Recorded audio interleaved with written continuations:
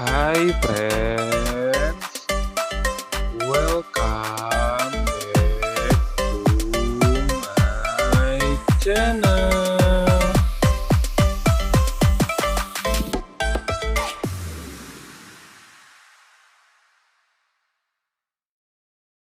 Assalamualaikum warahmatullahi wabarakatuh.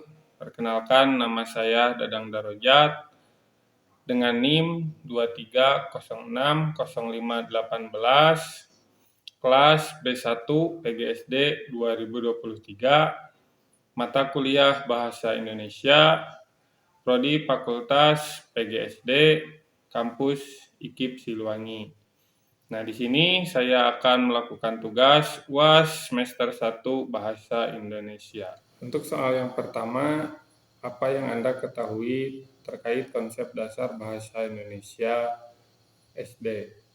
Nah, yang saya ketahui, pengajaran bahasa Indonesia umumnya mencakup konsep dasar untuk membangun pemahaman dasar siswa terhadap bahasa Indonesia itu sendiri.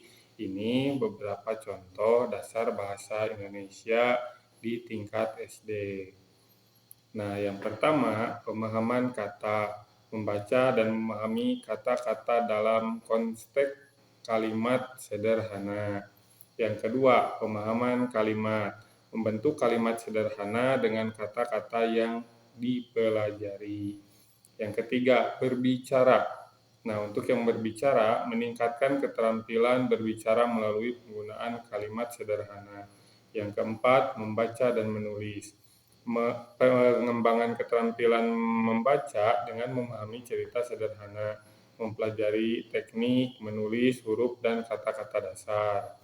Yang kelima, tata bahasa dasar, memahami struktur dasar kalimat dan penggunaan tanda baca yang sederhana. Nah, untuk soal yang kedua, bagaimana penggunaan kata benda dalam sebuah kalimat dapat mempengaruhi makna secara keseluruhan. Jadi, penggunaan kata benda dalam sebuah kalimat dapat memiliki dampak signifikan terhadap makna secara keseluruhan.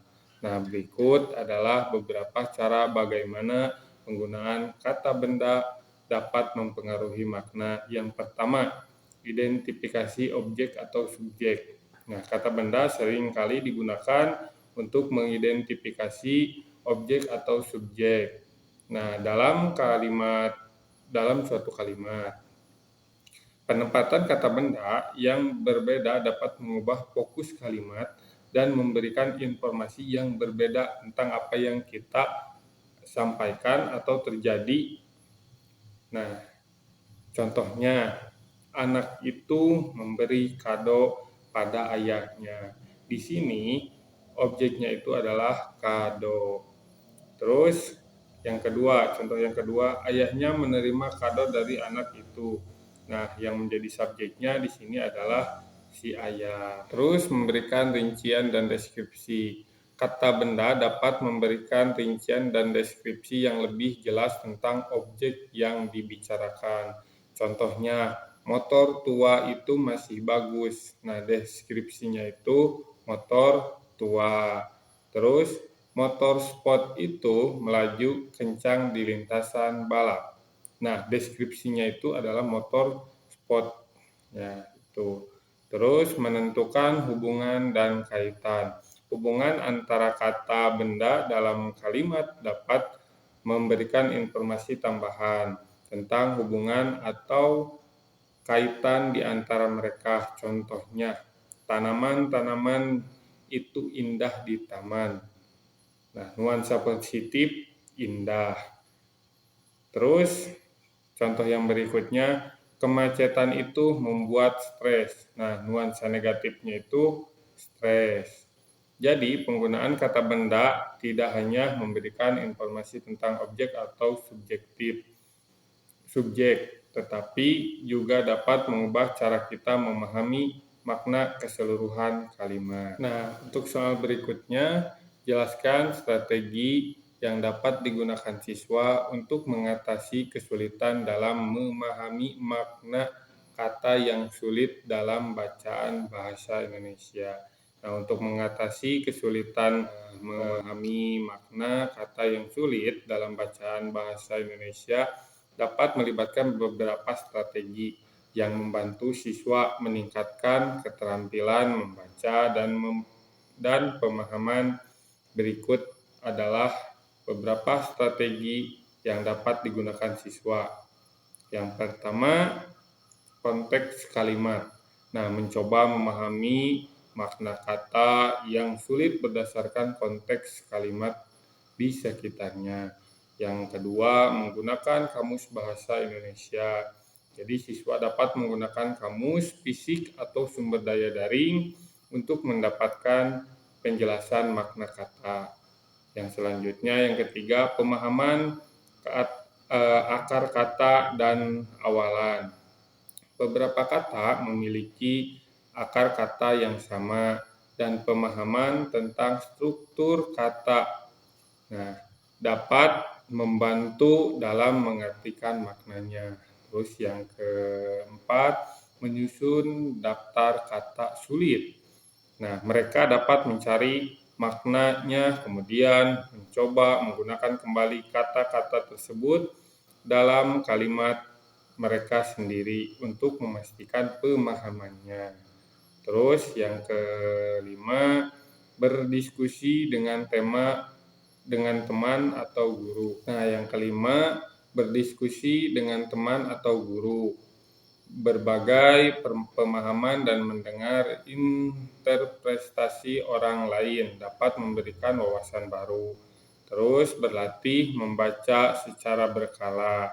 Semakin sering siswa terpapar pada berbagai teks, semakin baik kemampuan mereka untuk mengatasi kata-kata yang sulit. Nah, untuk soal selanjutnya, bagaimana siswa dapat menyusun kalimat yang tepat dan padu dengan menggunakan berbagai jenis kata hubung. Nah, di sini beberapa tips yang dapat membantu siswa menyusun kalimat yang baik dengan menggunakan kata hubung. Nah, yang pertama yang harus dipahami itu adalah jenis kata hubungnya itu tersendiri.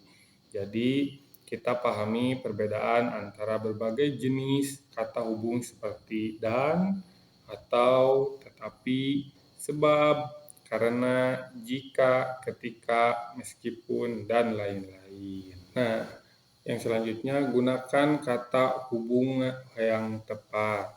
Contoh penggunaan kata hubung untuk merinci adalah yaitu seperti ialah dan sejenisnya.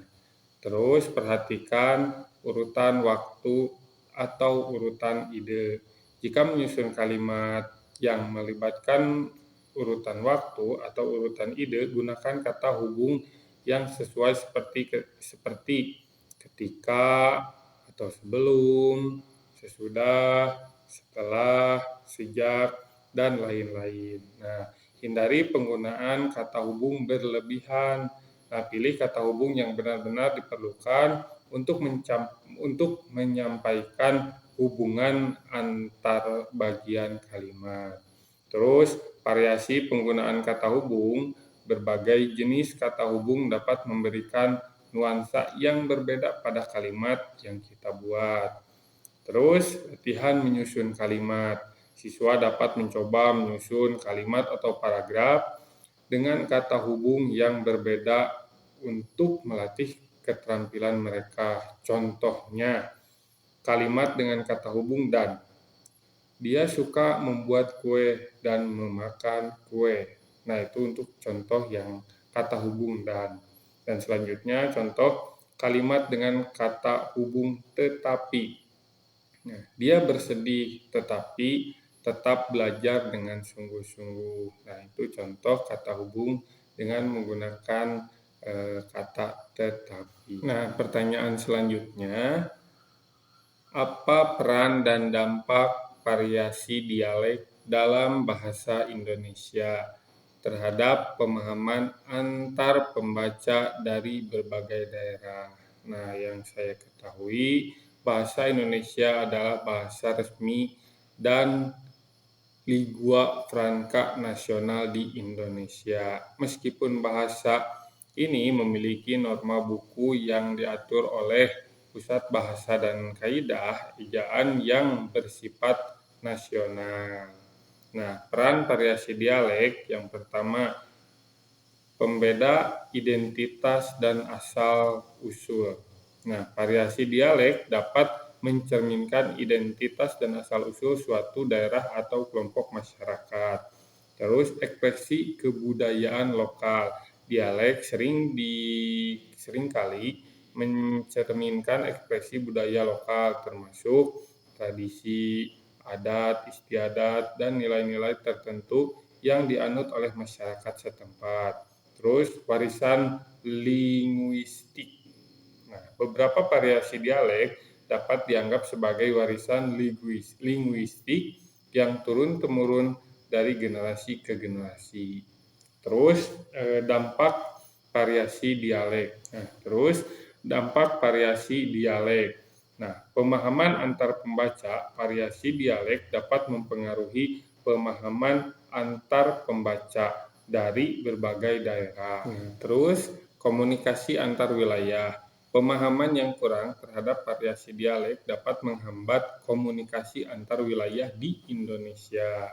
Tantangan dalam pendidikan. Nah, dalam konteks pendidikan, variasi dialek dapat menjadi tantangan terutama dalam pengajar dan pembelajaran bahasa Indonesia.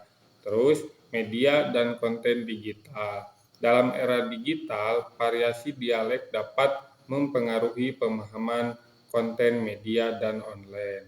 Penting untuk diingat bahwa sementara variasi dialek dapat mencerminkan keberagaman budaya di Indonesia. Nah, upaya untuk memahami dan menghormati perbedaan dialek dapat memainkan peran penting dalam pembangunan pemahaman dan kerjasama di antara berbagai komunitas di seluruh negara. Nah, untuk soal selanjutnya, bagaimana pilihan kata dan gaya bahasa mencerminkan budaya dan pengarang sastra anak-anak Indonesia.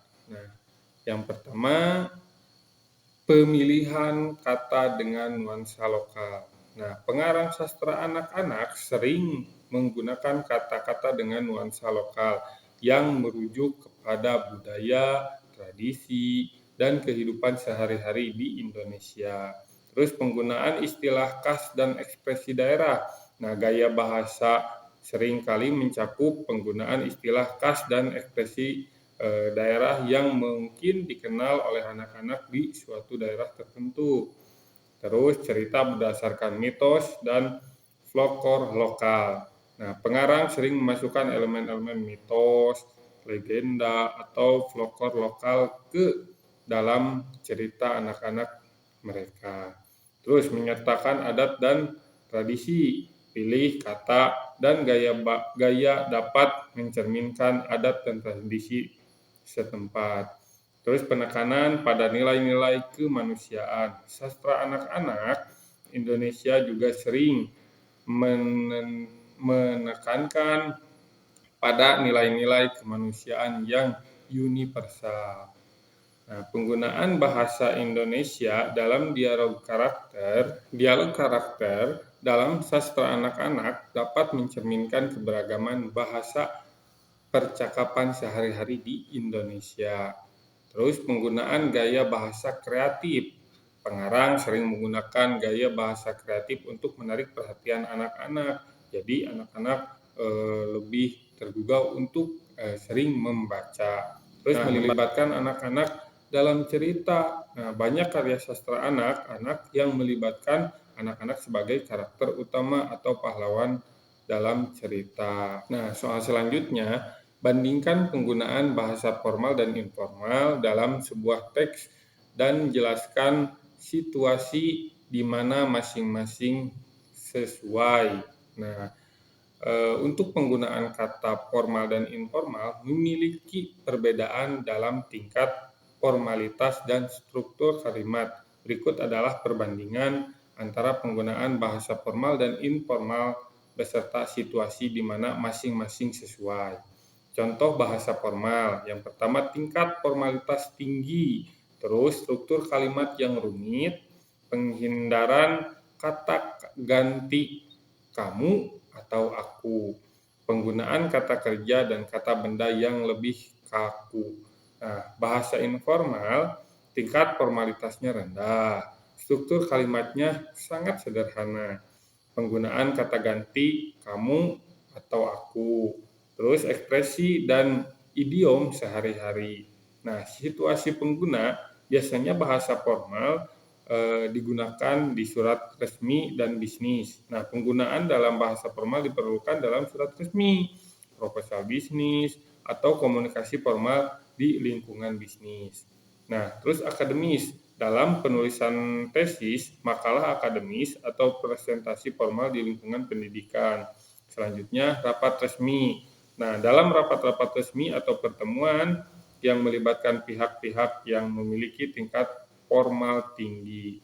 Terus, bahasa informal. Nah, biasanya digunakan dalam percakapan sehari-hari, dalam komunikasi sehari-hari antar teman, keluarga, atau rekan kerja yang memiliki hubungan yang akrab. Nah, surat pribadi, dalam penulisan surat kepada teman atau keluarga yang memungkinkan adanya ekspresi dan keintiman. Terus, media sosial, dalam berbagai platform media sosial di mana gaya bahasa informal lebih sesuai dengan keakraban dalam berkomunikasi. Nah, untuk soal selanjutnya, bagaimana cara mengajarkan bahasa Indonesia untuk anak sekolah dasar? Nah, mengajarkan bahasa Indonesia kepada anak-anak sekolah dasar atau SD memerlukan pendekatan yang kreatif, interaktif, dan sesuai dengan tingkatan perkembangan mereka. Nah, berikut adalah beberapa cara yang dapat membantu Anda mengajarkan bahasa Indonesia kepada anak-anak SD. Nah, contohnya gunakan metode belajar bermain supaya anak lebih ingin untuk belajar dan lebih ingin mengetahui apa yang akan kita ajarkan. Terus ciptakan lingkungan dengan bahasa Indonesia. Jadi ketika kita mempelajari bahasa Indonesia, kita juga harus mencontohkan atau berbicara dengan menggunakan bahasa Indonesia yang baik dan benar menurut ejaan. Terus latihan menulis dan membaca. Kita latih terus ya anak supaya dia juga bisa menulis dengan baik, dengan menggunakan kosakata yang baik, dengan menggunakan ejaan yang baik. Nah, terus aktivitas kreatif.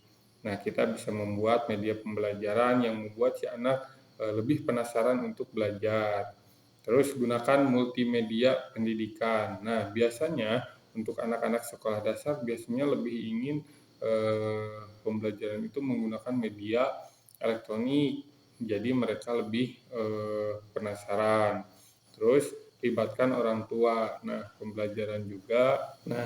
Libatkan juga orang tua untuk mengawasi si anak dalam pembelajaran di rumah. Jadi pembelajaran itu bukan hanya oleh guru di sekolah, tetapi orang tua juga harus mendorong si anak supaya lebih giat pembelajaran di rumah. Terus kenalkan budaya Indonesia. Nah, setiap pembelajaran kita juga harus bisa mengenalkan budaya-budaya Indonesia, bukan hanya budaya-budaya asing. Jadi kita tidak tergerus oleh budaya-budaya asing yang masuk ke dalam Indonesia. Nah, terus evaluasi secara positif.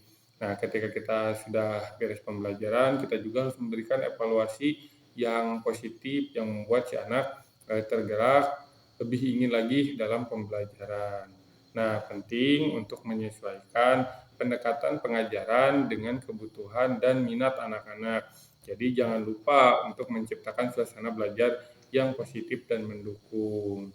Nah, mungkin itu penjelasan dari saya. Terima kasih. Wassalamualaikum warahmatullahi wabarakatuh. Terima kasih sudah menonton adik-adik.